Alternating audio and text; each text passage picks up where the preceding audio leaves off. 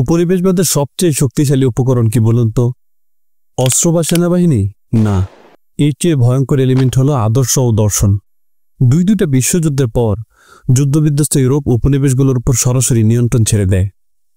শারীরিক দাসত্বের পালা তো শেষ হলো, কিন্তু শুরু হয় আমাদের মানসিক দাসত্ব। ফিরিঙ্গি আগ্রাসনে আমাদের সবচেয়ে বড় যে ক্ষতিটা করেছে তা কিন্তু এটি। আর এটা কিভাবে সম্ভব হলো? ব্রিটিশরা করলো কি, যাওয়ার আগে এমন এক শ্রেণী তৈরি করে গিয়েছে যারা বাই বর্ন এন্ড ব্লাড তো ভারতীয়, কিন্তু রুচি, নীতি ও বিচার বুদ্ধিতে হয়ে উঠল পুরোদস্তুর ইংরেজ। এই ভারতীয়দের কাজ ছিল মূলত দুইটা। একটা হচ্ছে প্রচলিত বিভিন্ন কালচারের সংস্কার করা, এতে করে সাধারণ মানুষের মধ্যে তাদের একটা আস্থাশীল ইমেজ তৈরি হয়। আর দ্বিতীয় কাজটা হচ্ছে কৌশলে পশ্চিমা দর্শন ও টার্মগুলোকে ঢুকিয়ে দেওয়া, যেমন হিউম্যানিজম, ফেমিনিজম, লিবারেলিজম ইত্যাদি ইত্যাদি। আর উপহার হিসেবে ব্রিটিশরা তাদের দিয়েছিল বিভিন্ন টাইটেল, ডক্টরেট, স্যার, রায় বাহাদুর, খান বাহাদুর, আবার অনেককে দিয়েছিল নোবেল প্রাইজও। আর এই পুরো স্কিমটি তৈরি করে লর্ড ম্যাকলে 1834 সালে ভারতের শিক্ষা প্রসারের ছদ্মবেশে। তো ব্রিটিশরা যখন ক্ষমতা দিয়ে চলে গেল, এই চামড়ায় ভারতীয় কিন্তু মগজে ব্রিটিশদের হাতেই দিয়ে গেল, যাদের আদর করে ডাকা হতো চিলড্রেন অফ ম্যাকলে। এরাই আমাদের প্রেসিডেন্ট, আমলা, শিক্ষক হলেন। তারাই বানালেন আমাদের শিক্ষার কারিকুলাম, পলিসি।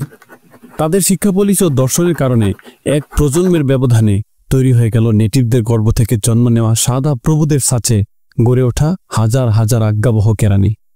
আর সেই ম্যাকলের শিক্ষায় আমরাও হলাম শিক্ষিত, মানে চিলড্রেন অফ ম্যাকলে। যদিও আমরা মুখে বলি আমি মুসলিম বা আমি হিন্দু, কিন্তু মনে প্রাণে ধারণ করলাম ইউরোপীয় দর্শন। আমাদের সামনে তুলে ধরা হয় পশ্চিমাদের কসমেটিক সার্জারি করা চেহারা, চেপে যাওয়া হয় সাদা সভ্যতার পেছনে কালো অধ্যায়।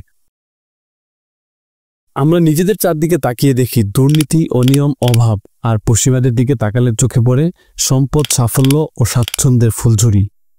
আমাদের ওরা ভাবাতে পেরেছে আমাদের পিছিয়ে পড়ার জন্য কোনো না কোনোভাবে দায়ী আমাদের ধর্ম।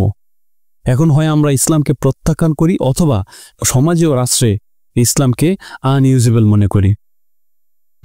আর তাদের 200-300 বছরের সভ্যতাকে আমাদের কাছে মনে হয় চিরন্তন, অপ্রতিরোধ্য। তাই যে কোনো মূল্যে আমরা ওদের মতো হতে চাই।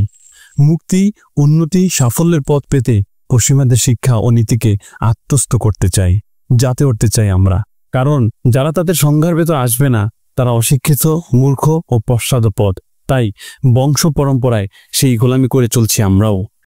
শুটিং অ্যান এলিফ্যান্ট গল্পের ন্যারেটরের মতো আমরাও বহন করে চলছি হোয়াইট ম্যানস বার্ডেন।